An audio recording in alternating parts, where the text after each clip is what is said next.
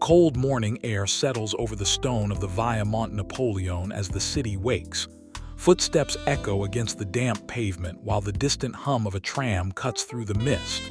There is no hurry here, only a steady, synchronized movement. It is a quiet mastery of the elements.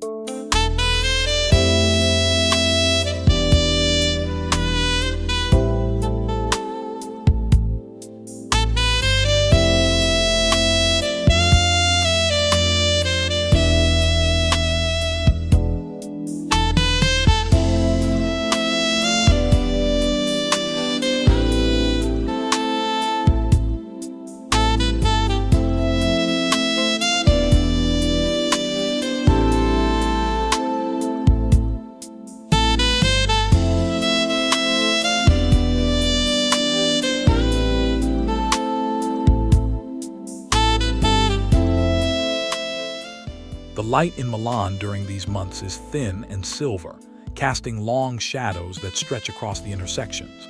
People emerge from the underground stations not as individuals in a rush, but as a collective flow of texture and form. You notice it immediately in the way a heavy wool hem brushes against a leather boot. There is a specific weight to the morning. It feels intentional. The city provides the architecture, but the people provide the pulse. You are standing at a corner where the wind pulls at scarves and collars, yet nothing looks disturbed. It is a transition from the private warmth of a home to the public stage of the sidewalk.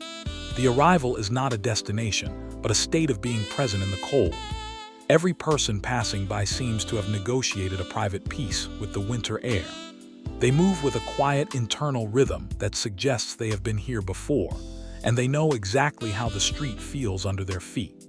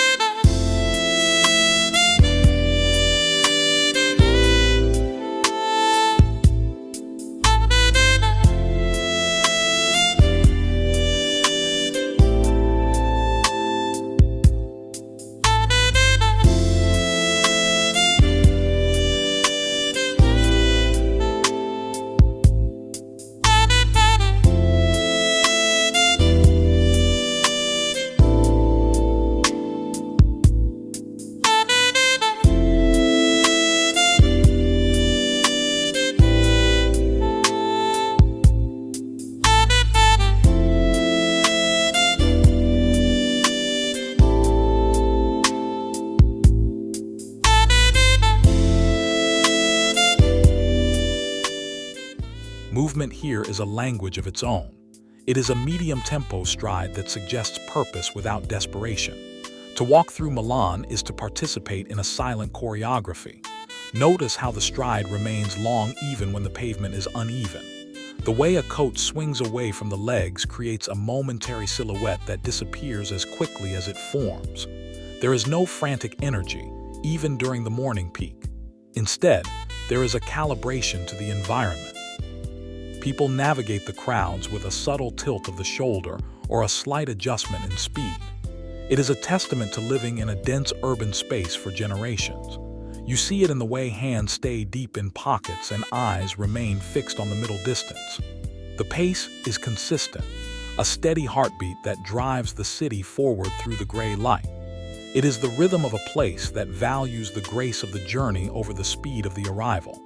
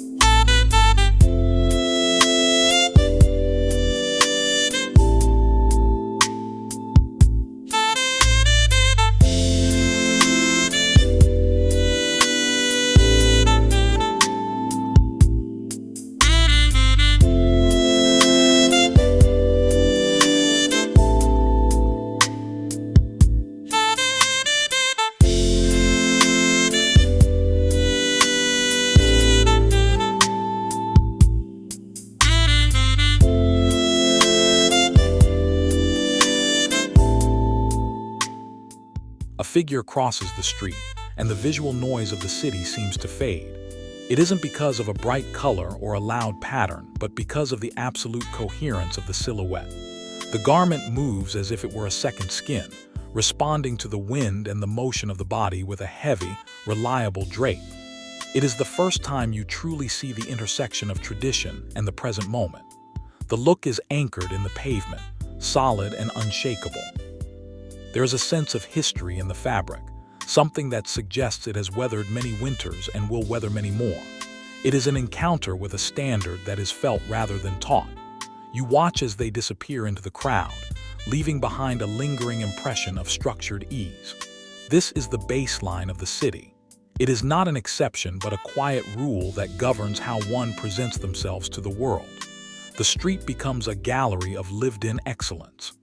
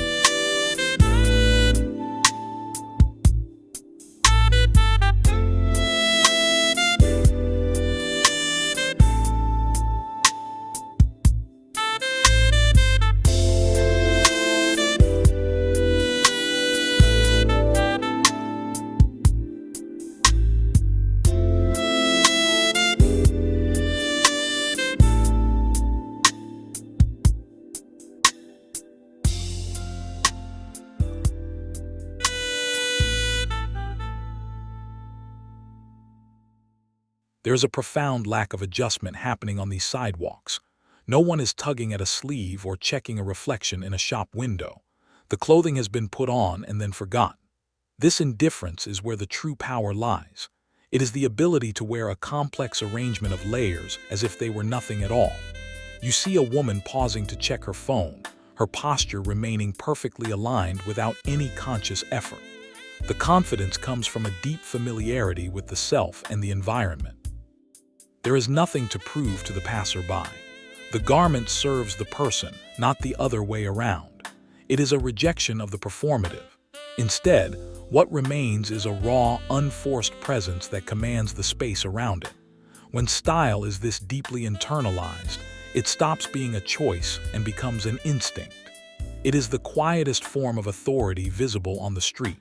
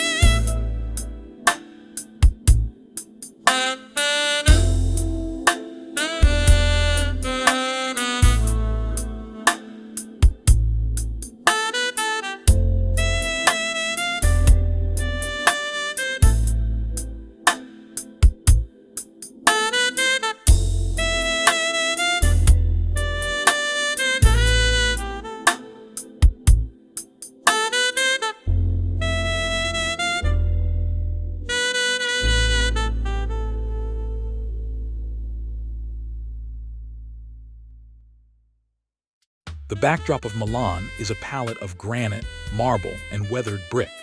Against this, the winter wardrobe finds its resonance. The matte finish of a wool coat sits in perfect contrast to the polished brass of a doorway.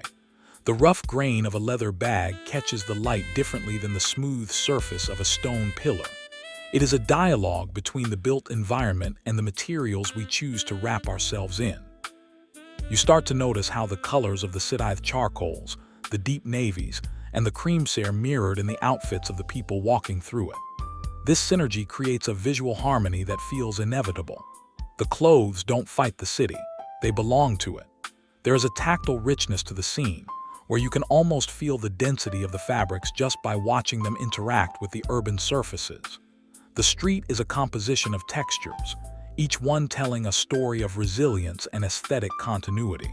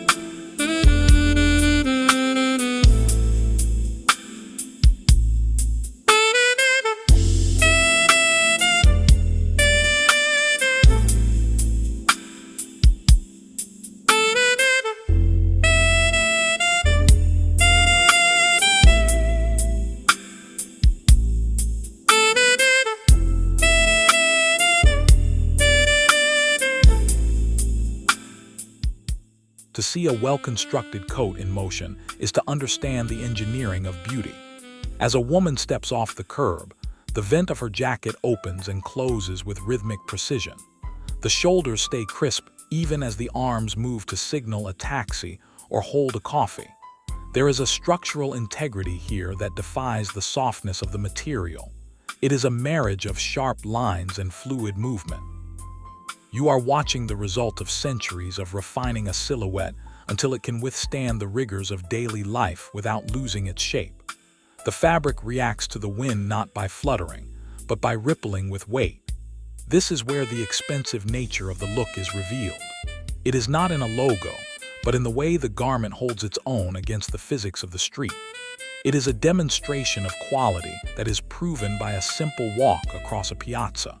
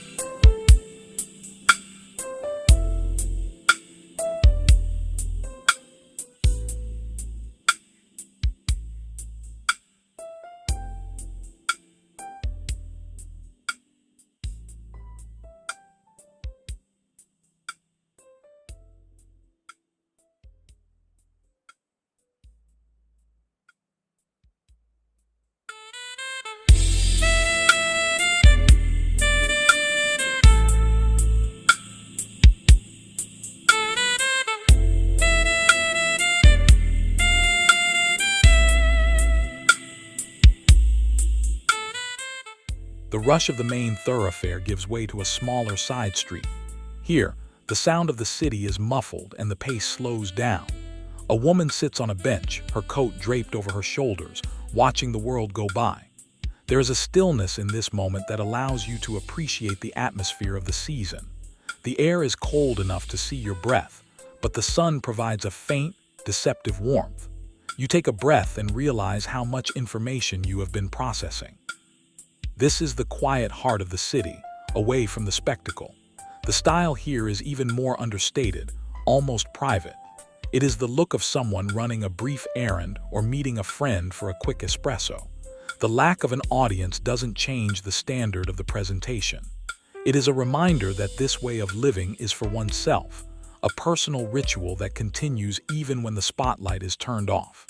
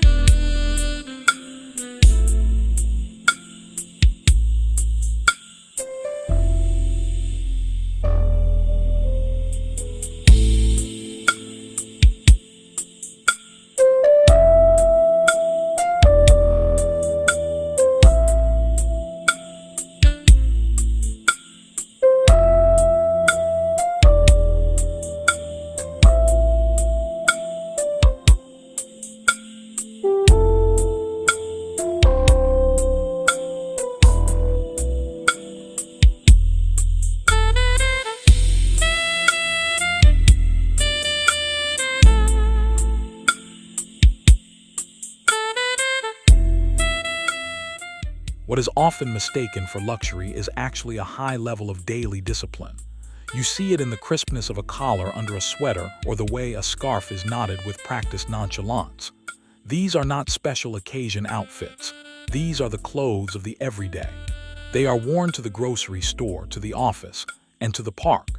There is a refusal to let the mundane diminish the aesthetic. This consistency creates a landscape where elegance is the norm, not the exception. You observe a group of women talking near a newsstand, their collective presence elevating the entire corner. There is no hierarchy to the looks, only a shared understanding of what it means to be appropriately dressed for the day. It is a form of respect for the public space and for the people sharing it. The beauty is found in the repetition of these small, high-standard choices made every single morning.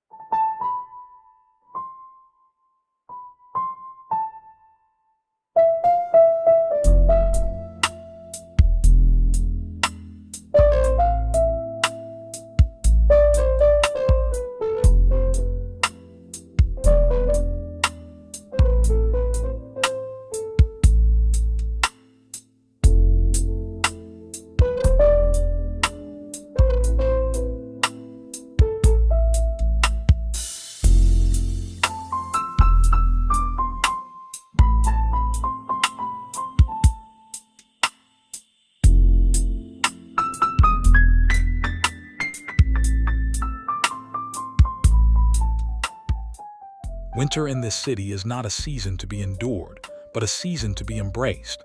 The cold allows for a complexity of dress that summer forbids. You see the mastery of layering, where different weights and lengths work together to create a single, unified silhouette.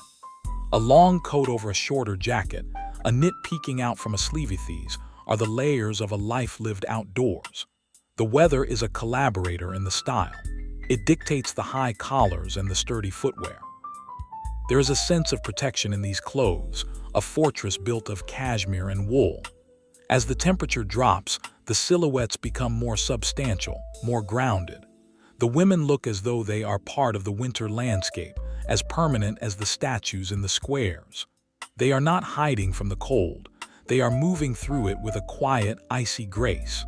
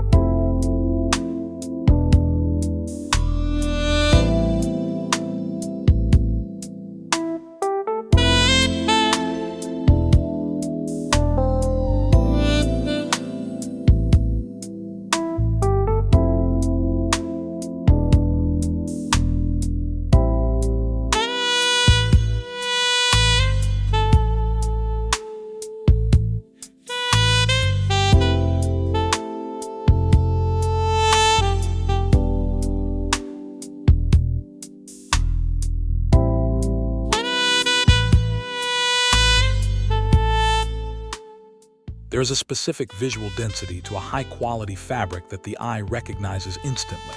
You see it in the way a coat doesn't crease at the elbow, or how a skirt maintains its swing even in a breeze.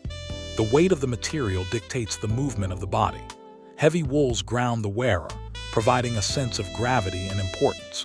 You notice the subtle sheen of a gabardine or the deep, light-absorbing mat of a felted wool. These materials carry their own history. They speak of mills and craftsmanship without saying a word. In the flat winter light, these textures become the primary focus. You are not looking at a color, you are looking at the substance of the garment. It is a celebration of the physical world, of things that are made to be touched and felt.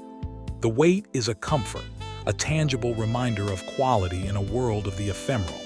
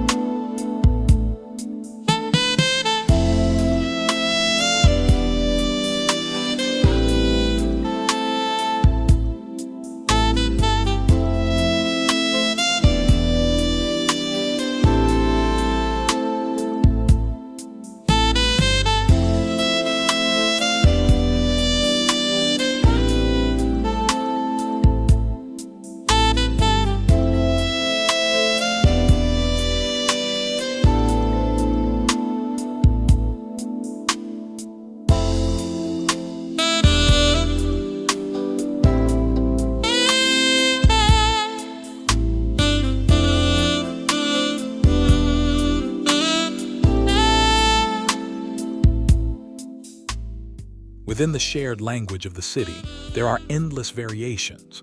You see it in the choice of a specific shade of forest green, or the way a vintage bag is paired with a modern coat.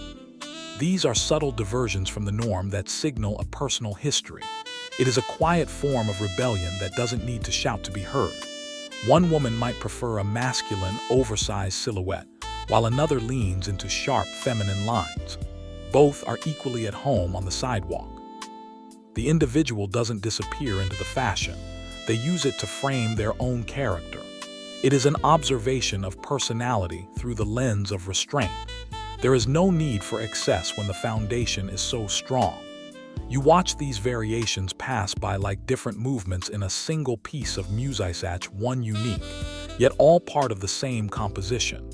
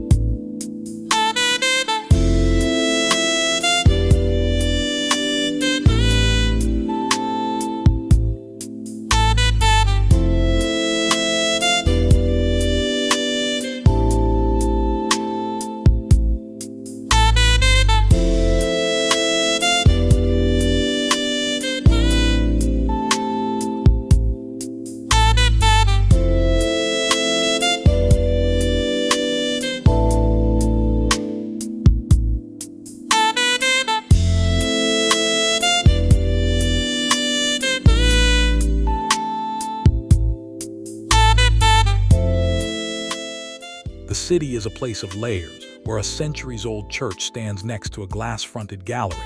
The fashion reflects this contrast. You see the tension between the classic and the contemporary. A traditional trench coat is worn with a modern, technical boot. A heritage check pattern is paired with a sleek, minimalist silhouette. This juxtaposition keeps the style from feeling like a costume. It is alive and evolving. The old and the new share the same sidewalk, informing each other. You observe a young woman in a sharp, futuristic cut walking past an older woman in a timeless wrap coat. They represent different points on the same timeline of Italian aesthetics. This dialogue between eras is what gives the street its energy. It is a reminder that style is a living thing, constantly being renegotiated by those who walk these stones.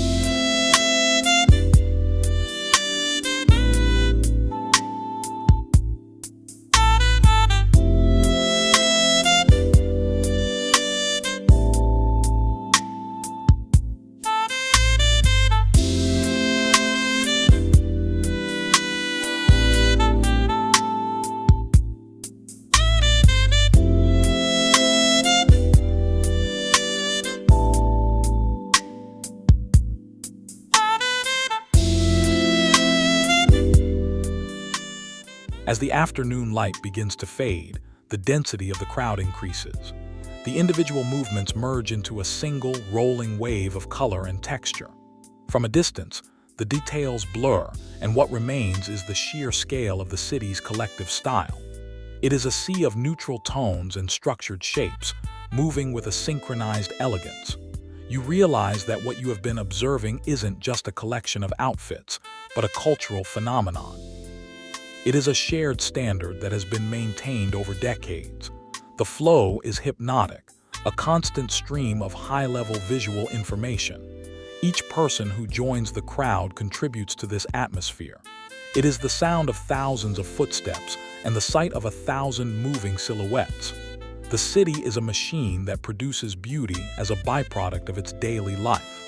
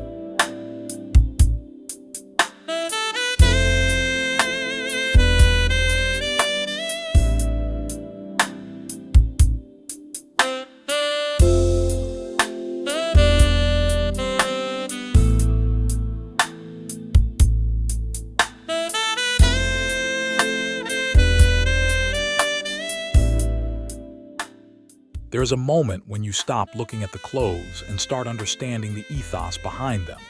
It is a recognition of a certain way of moving through the world. It is about the dignity of the public self. You see it in the posture of the women as they navigate the intersections. There is a sense of self-possession that is independent of their surroundings. This is the expensive, not a price tag, but a level of care and respect for one's own presence. It is a silent agreement to uphold a standard, to contribute something of value to the visual landscape of the city. You feel a sense of clarity. You are not just a witness to fashion. You are a witness to a culture that values the aesthetic as a fundamental part of the human experience. It is a quiet, powerful realization that settles in as the lights of the shops begin to flicker on.